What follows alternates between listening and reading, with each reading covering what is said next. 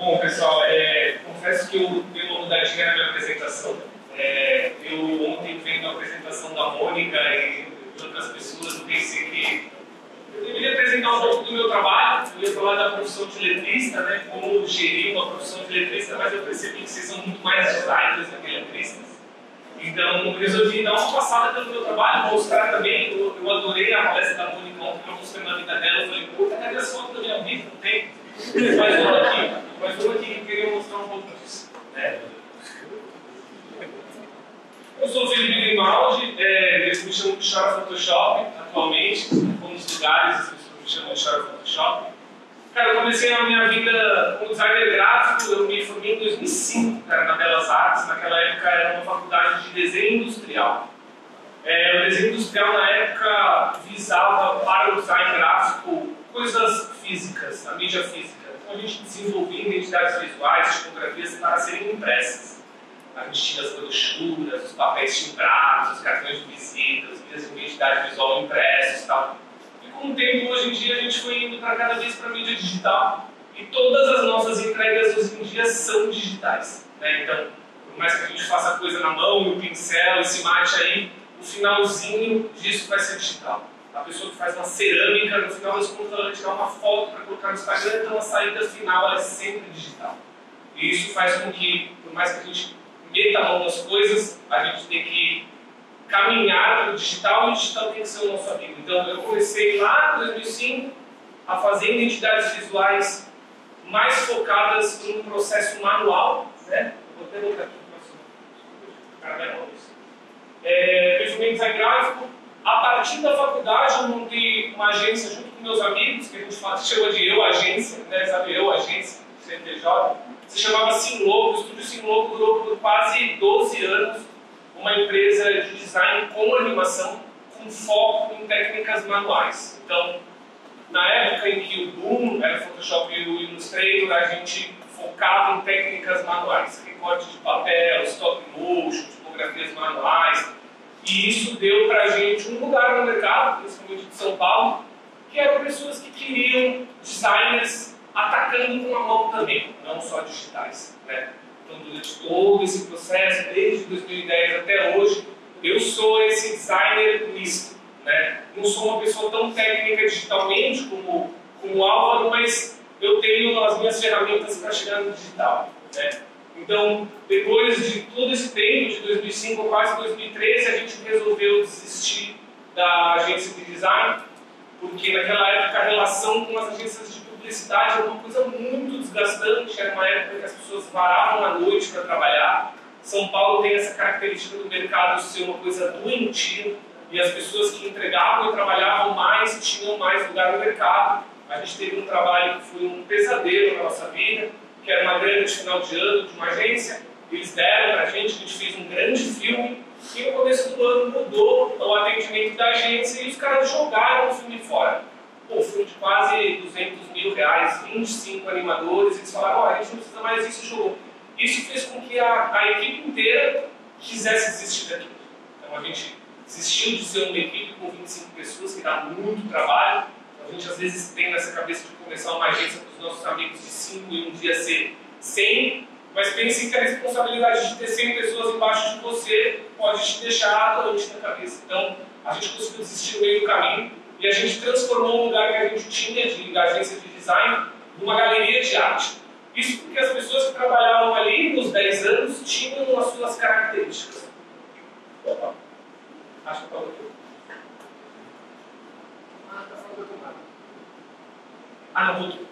E aí a gente resolveu olhar para o que cada um queria fazer. Eu me lembro até hoje dessa reunião, que eram as pessoas sentadas assim, falando, tá, o que você queria fazer? O cara, eu vou surfar na Califórnia. O outro, eu vou plantar maconha. O outro, eu vou não sei o que lá. E cada um foi para um lugar. E aí eu decidi pintar letras, né? Era uma coisa que eu já tinha no início. Em 2010 eu conheci a Andréa Branco. Andréa Branco é uma das maiores caligrafas do Brasil, alfabetizadora. Ela me colocou do lado dela, falou assim, pô, Grimaldi, você é um cara novo na caligrafia, onde tem poucas pessoas novas, eu acho que você devia investir nisso. Eu conheço um cara que se chama Luca Barcelona, que é um cara da Itália, um designer absurdo. Vai lá, fala com ele. Aí a gente foi lá, falou com ele, Guimê, Jackson, esses Esses caras a gente trouxe ele em 2012 para São Paulo. Cara, que custou, tipo assim, R$ 1.500 para cada um em 2012. Hoje em dia era ser R$ 3.000 para cada um. Cara, todo mundo trabalhou, pagou em vezes, pagou o guia, a gente trouxe ele, deu aula pra gente. Aquilo foi um divisor de águas no mercado nacional de caligrafia elétrica. Porque era um cara na nossa idade que trabalhava para marcas como Nike, marcas grandes, e começou a mostrar pra gente que existia um caminho manual do lettering na tipografia e que podia ser feito muito dinheiro daquilo e precisava de uma geração nova. A outra geração que a gente tinha de calígrafos eram pessoas já antigas que faziam uma caligrafia tradicional e não tinham muito esse olhar para o mercado. Então a gente olhou para aquilo e foi, através do Luca Barcelona, cada um foi desenvolver. Hoje em dia a gente tem uma geração dessas pessoas que já dão aula. A Lídia Pires, o Jackson Alves, o Guilherme Mena, todas essas pessoas se formaram a partir do Luca Barcelona, do Cláudio Gil ou da Andrea Branco. Né? Eu sou um deles. E aí, depois disso, depois de ter terminado o ponto na caligrafia, que eu já estava uns 5 anos ali, trabalhando com cursiva, com gótica. Hoje em dia a gente tem muito acesso a esse material, é maravilhoso.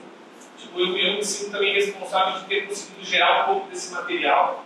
A gente tem hoje em dia técnicas de pintura como caligrafite, que veio da caligrafia e do design. E a partir daí eu comecei a procurar pintura de letra, né? Eu tive a oportunidade de conhecer um americano que me apresentou o sign painting americano. O sign painting americano é uma técnica tradicional de pintura de letra, com os nossos letristas aqui. E ele me apresentou e falou, olha, cara, essa é uma pintura centenária, né? Isso aqui é passado de geração para geração, famílias, né? Hoje em dia a gente ainda tem as famílias tradicionais de pintura nos Estados Unidos que dão aula e que ensinam outras pessoas, então eles têm essa herança cultural da letra pintada. Eu olhei para aquilo e falei assim, pô, e no Brasil, né, cara? O que tem no Brasil, né, cara? Já que eu sou um pintor, letrista agora, e essa é a minha profissão, eu acho que eu tenho que conhecer pessoas da América Latina. E a primeira pessoa que eu conheci foi o cara do Fileteado Porteño, Jorge, lá em Buenos Aires, eu fui lá atrás dele e tal. Ele me indicou ao Alfredo Genovese, a pessoa do Fileteado Porteño. Para quem não sabe, o Fileteado Porteño é uma técnica de pintura popular da Argentina. O fato da Argentina ser um país menor e ter uma colonização espanhola, eles tiveram sucesso nisso, na coisa da herança cultural. Hoje em dia é um patrimônio material, né? O Fileteado Porteño, as pessoas têm aquilo como cultura, as marcas usam, as pessoas usam. E eu comecei a estudar aquilo. O Fileteado Porteño, um pouco diferente das nossas técnicas, ele é um pouco mais complicado, ele é um pouquinho mais tecnicamente baseado na pintura acadêmica, né? Na pintura tradicional, com sombra, com luz. E tem uma parte tipográfica de letra muito importante no Fileteado Porteño, que fica ali entre os letristas e as pessoas que ilustram. Né? Ao mesmo tempo, em quase 2018, Fernanda estava no Atipiri, com o Luiz Júnior, com o pessoal, a gente conseguiu juntar apoiadores de letra da Amazônia com pintores do Calhamassa do Peru, que são letristas de letra Titia, que é uma letra popular, né, que a gente chama. A letra popular peruana é a letra Titia. Aquela letra com flúor, tudo pintado à mão. A gente conseguiu fazer esse intercâmbio e isso deu aquela segunda plantada de semente em todas as pessoas que estavam ali, cara. Era uma classe pequena, de 20 a 30 pessoas. Grande parte dos que estavam ali eram letristas, né? Então a gente recebeu aquela coisa, aquele ensinamento, né?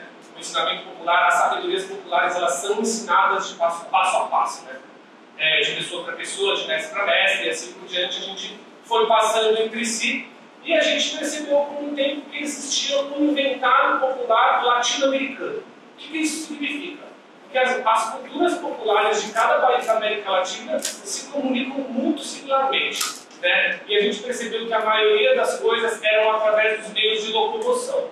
Então, o Fileteado Porteño pintava os ônibus, o sul do Brasil pintava os caminhões, o norte do Brasil pintavam os barcos, a Colômbia pintava os coletivos, que são ônibus e caminhões, e até a América Central, até o México, a gente tem as carroças, as charretes, tudo isso pintado.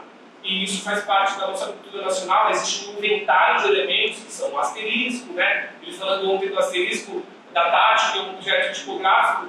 O asterisco, tipo assim, é um dos principais elementos da cultura popular pintada do pincel também. Então é muito importante, a gente às vezes preenche espaço com o asterisco. Então a gente foi aos poucos fotografando carrocerias de caminhão, placas de pintura, tipo comércio informal, barcos da Amazônia, tudo, e começou a tentar construir lugar único, em onde as pessoas, um letrista, um pintor novo, podia olhar e se basear naquilo. Então, em 2018, quando... mais ou menos 2015, aconteceu de uma pessoa vir para mim e falar assim: pô, Felipe, a sua pesquisa está se aprofundando, o seu estilo está ficando cada vez mais unificado de pintura, eu acho que você deveria seguir uma carreira de artista visual. Tipo assim, você já pinta placas com o seu estilo, você já ilustra com o seu estilo, eu acho que você deveria ser um artista. E eu botei aquilo na minha cabeça e fui à frente. Em 2018 eu fiz a minha primeira exposição individual, que é aquela ali, essa daqui, que nada mais é do que um mapeamento gráfico popular. Mapeamento gráfico popular, que a gente pegou fotos da América Latina inteira e construiu alfabetos de A a Z pintados à mão, para serem fotografados, para ser feita uma cartilha para que outros letristas pudessem olhar e se diferenciar. Todos esses alfabetos, todos foram pintados por mim, mas eram referenciados de cada letrista. Então, a Antônio era do Luiz Júnior, o fileteado portenho era do Gustavo Ferrari, a letra Tite era do Carga Máxima, a letra de cartazista era do Aldrin, e assim por diante. A gente conseguiu mapear o melhor de cada um ali, que conseguisse explicar a didática para a gente, e a gente conseguiu mapear aquilo e mostrar para outros letristas. Isso aconteceu em 2018. De lá para cá, a gente veio se alimentando disso.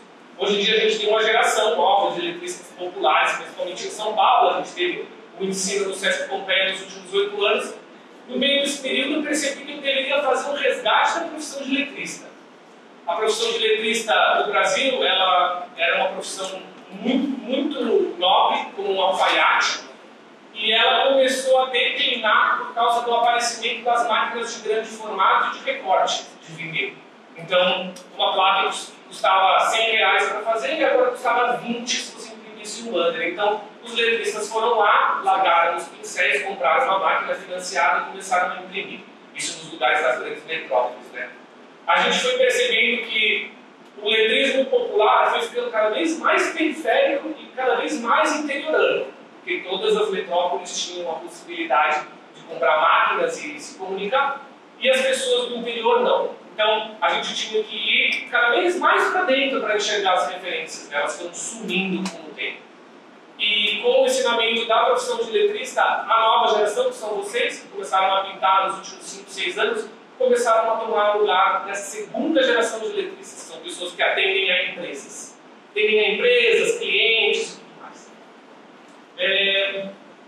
No meio do caminho, a gente conseguiu fazer um EAD de pintor letrista gratuito pelo Sesc. Isso foi uma coisa muito importante, porque no meio da pandemia, quando as pessoas ficaram trancadas, tinha um EAD de pintor letrista de graça pelo Sesc, então as pessoas estudaram lá. Então a gente tem 10 mil pessoas que estudaram o EAD do Sesc. Né? Pô, são pessoas que, tipo assim, moravam no interior profundo, só tinham acesso à internet e conseguiram ter um acesso a uma profissionalização de uma nova carreira. Então a gente tem muitas carreiras nascidas nos últimos 5 anos, de pessoas novas e pessoas velhas também. Né? A gente tem casos de pai ensinando filho, que seria o contrário normalmente, né? Um mais velho ensinando o mais novo. A gente tem casais aprendendo junto, a gente tem o nascimento das mulheres letristas, né, cara? Hoje em dia a gente tem uma geração de mulheres letristas. Isso há 5 anos a gente não tinha. Então foi um dos ganhos que a gente conseguiu. E também, nesses últimos anos, eu me foquei em ser artista, né? Tipo, durante muito tempo eu lutei por isso, né? Por esse resgate todo, e nos últimos 2 anos eu me foquei um pouco na minha carreira, em poder crescer um pouco mais, poder atender um pouco mais e me tornar um artista maior, né? Larguei um pouco as exposições de lado, comecei a fazer bastante encomenda, comecei a trabalhar com maior rapidez e também comecei a trabalhar na internet. Vocês conhecem os vídeos aí.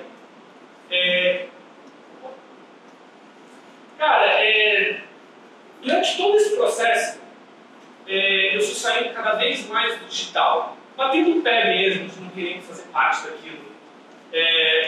Hoje em dia eu olho vocês e eu penso, nossa, se eu tivesse no digital eu ia estar no mesmo nível, né? Mas eu me sinto um designer misto, um designer meio digital, meio analógico. Eu sou mais pintor letrista do que designer no momento. E quando eu entrei para a minha carreira de artista, cara, eu virei um muralista. O muralismo nos últimos 5 anos cresceu muito. As pessoas, as cidades começaram a olhar o mural e enxergar aquilo como uma peça de arte bacana. Então, um lugar comercial ou um prédio que tinha um mural, um painel, queria fazer um mural, né? Queria trabalhar com aquilo, pintar uma coisa grande, ter um artista pintando aquilo. E nos últimos 5 anos teve um boom do muralismo, né? Existem pessoas com 20 e poucos anos que são especiais. Todo um counter para mim, Masterchef? Passou 10 minutos, é isso? Falta? Então vai, vamos correr. E aí, por que eu estou aqui, né? Eu penso hoje em dia. Existe uma parte do design que ela é manual. A gente acabou de ver ali nos sketches do Álvaro, tipo, que levaram ele a 25 fontes. E, cara, eu sou essa pessoa que valoriza essa parte manual do design. Eu vou ser o cara que vai estar lá no evento, falar, pessoal, façam umas coisas na mão, desenhem, tenham o seu sketchbook, né, Mônica? Façam coisas, desenhem. Hoje em dia, as marcas me procuram porque eu faço as coisas manualmente, né? Porque eu tenho todo esse processo pintado para depois ser digitalizado.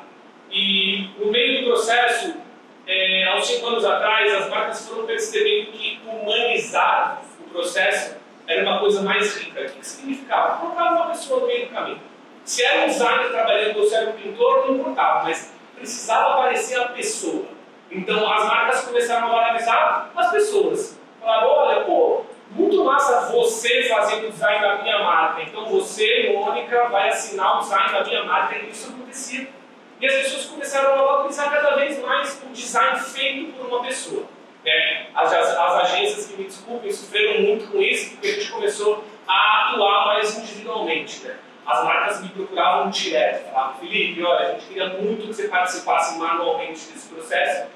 A gente não sabe o que vai dar digitalmente, como o caso do Álvaro, né, do Bezerra, que fez todas aquelas letras de abridor, para depois chegar a uma conclusão que talvez não era aquilo que era para usar. Né? Então, as pessoas queriam que a gente metesse a mão no meio do caminho. E nos últimos 3 anos, foi o boom da cultura popular. Todas as marcas brasileiras olharam e falaram, e a gente tem que ser mais brasileiro. E o que é mais brasileiro que a cultura popular? Tudo pintado de pincel, letras amazônicas, letras populares, caminhão, ônibus, cartazista, isso nos traz memória afetiva.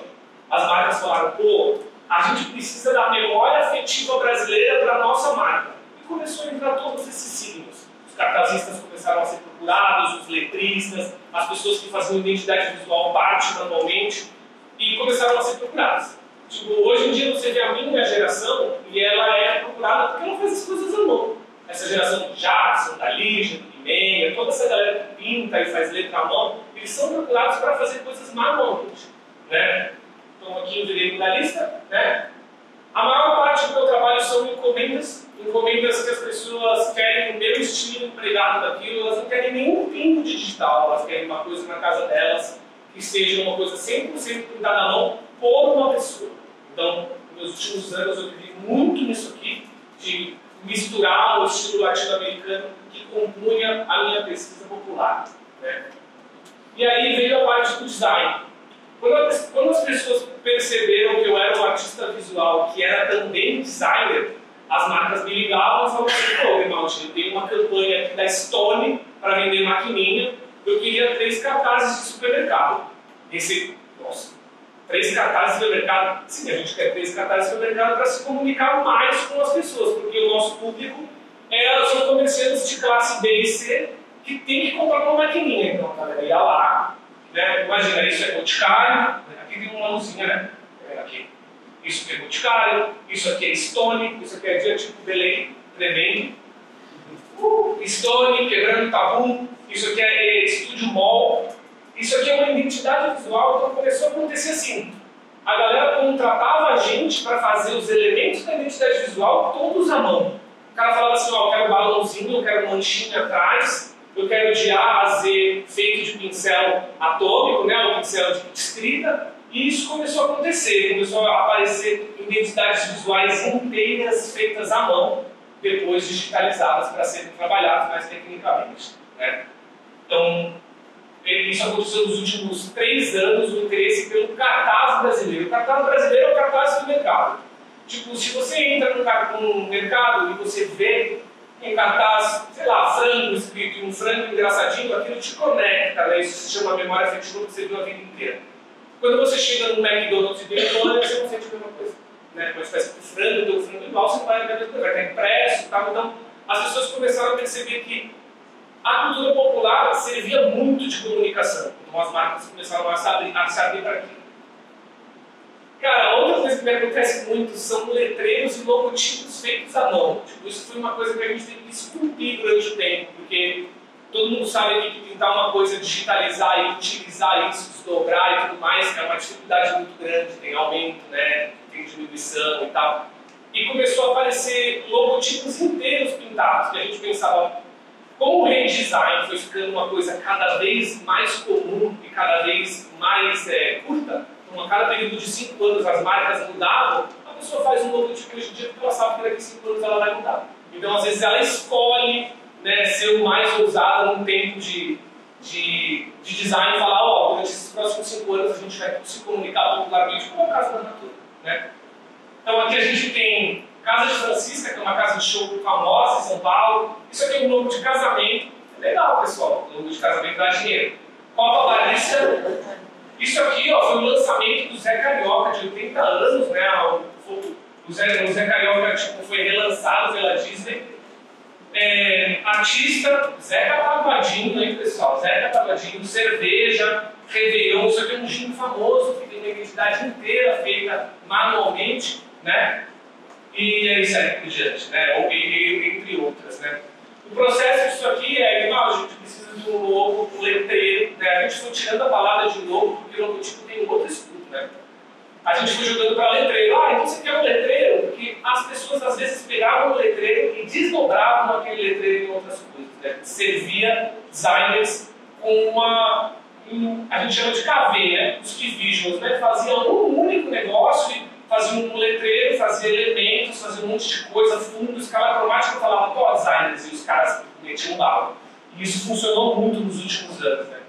Eu desenvolvi uma técnica de pintar tudo em tinta preta, jogar para dentro de um Illustrator, vetorizar mais ou menos um trace ali e ir ajustando para que ele ficasse com a manualidade do pincel. Se você pega um traço de pincel e vetoriza assim pela vez que aquilo vai ficar plástico, né? Então a gente aprendeu uma maneira de vetorizar organicamente, né? Que pudesse curtir mais e desse mais desdobramentos. Uma coisa que aconteceu também bastante na minha vida foram as capas de disco. É um pouquinho desconhecida as imagens, mas assim, cara, pessoas vinham me procurar para fazer letreiros para capa de disco. Então, aconteceu, todos esses aqui são signos populares, mas são coisas diferentes, né? Então, aqui uma coisa mais caligráfica, igual o Álvaro mostrou agora ali, que tinha parte lá das caligrafias. Aqui, ó, uma coisa mais brocada, né, cara, até mais amazônica. Aqui uma coisa mais popular, dos desenhos populares de barbearia, né? A gente tem muito isso no Brasil.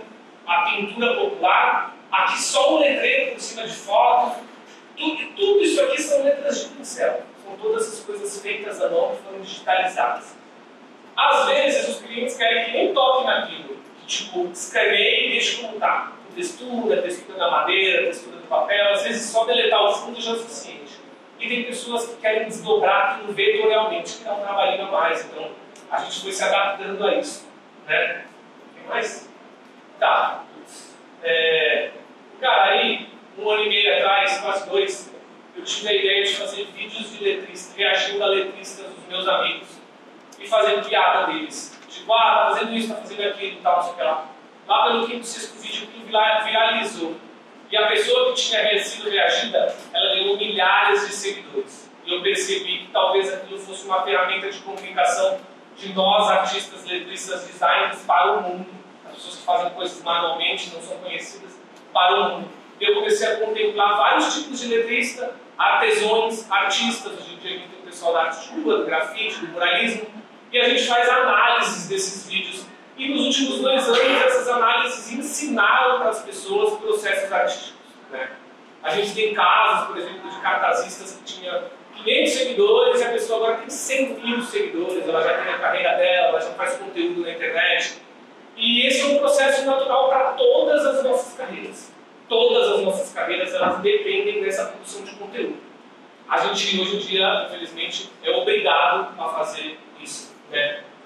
20 anos atrás, para a gente ofertar nossas agências, a gente tinha que comprar uma página simples da ZUP para colocar lá, agência sem logo, custava 16 mil reais. Hoje em dia, a plataforma é o Instagram e não custa nada, mas custa você produzindo todos os dias. Então, quanto mais se acelera lá, mais a plataforma vai te acelerar. Mas faz parte de toda a carreira, principalmente de todos vocês aqui, o posicionamento na produção de conteúdo.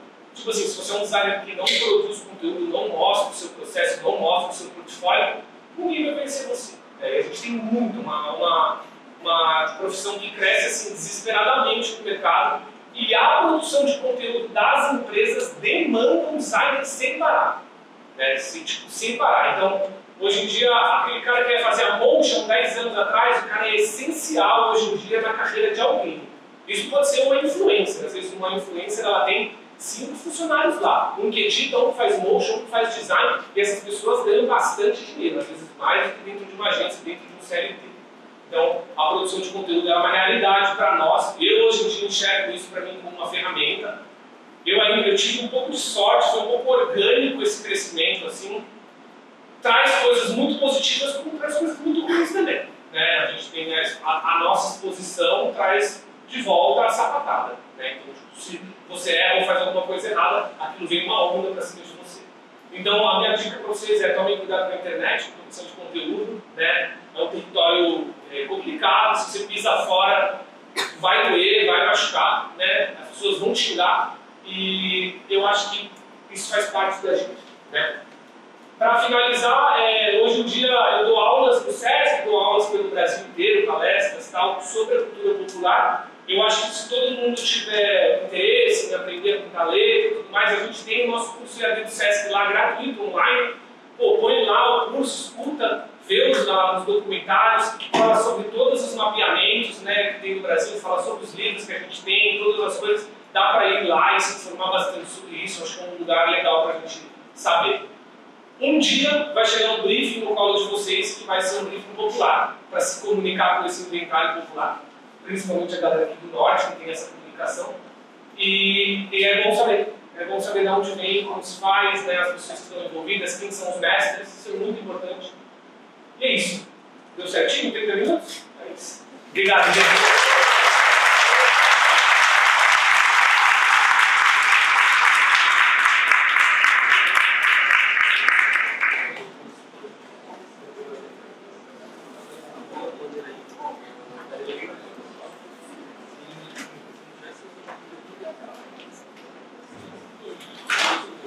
E aí, pessoal? Animado já? Seguinte, a gente vai seguir o foco, tá? Mas só para otimizar um pouquinho do tempo, assim, que a gente já está meio estourado, tá? A gente vai... Começa com uma filinha por aqui, assim, passa lá.